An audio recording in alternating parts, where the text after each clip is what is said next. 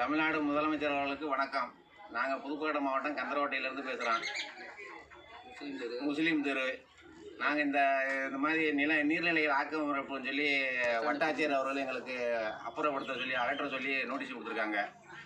நாங்கள் இந்த இடத்துல 50-60 வருஷமாக குடியிருக்கோம். அனைத்து வீட்டு வரி ரசீது, சொத்து வரி ரசீது, நீர் வரி ரசீது அனைத்துமே தந்துகிட்டு இருக்கோம். எங்களுக்கு இந்த இடத்த விட்டால் வேறு இடம் இல்லை. இங்கே வசிக்கிறவங்க அனைவருமே சிறுபான்மையினர் வகுப்பை சேர்ந்தவங்க முஸ்லீம்கள்.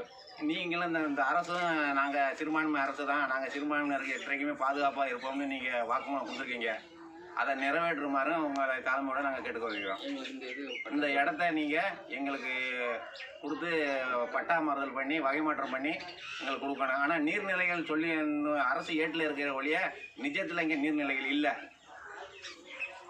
பஸ் ஸ்டாண்டாக இருக்குது. ஆமாம், பேருந்து நிலையமாக இருக்குது.